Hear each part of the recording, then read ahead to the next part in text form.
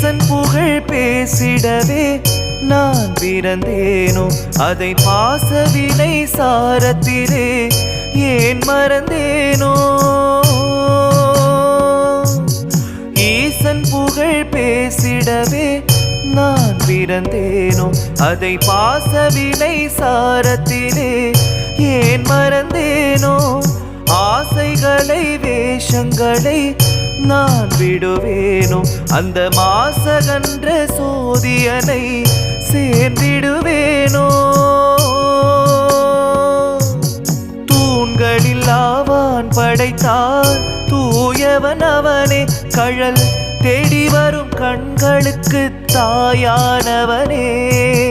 தூண்களில் ஆவான் படைத்தார் தூயவன் அவனே கடல் தேடி வரும் கண்களுக்கு தாயானவனே